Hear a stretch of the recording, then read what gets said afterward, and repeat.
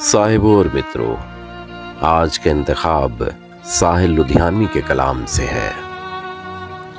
नज़्म का उन्वान है, मैं जिंदगी का साथ निभाता चला गया।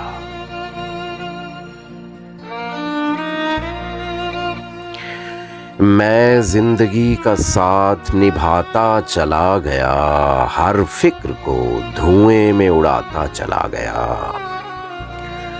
बर्बादियों का सोग मनाना फजूल था, बर्बादियों का जश्न मनाता चला गया।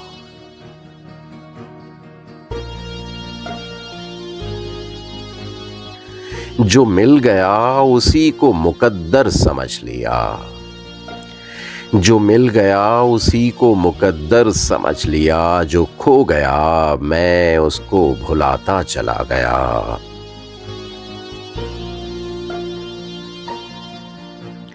गम और खुशी में फर्क न महसूस हो जहां, गम और खुशी में फर्क न महसूस हो जहां, मैं दिल को उस मकाम पे लाता चला गया।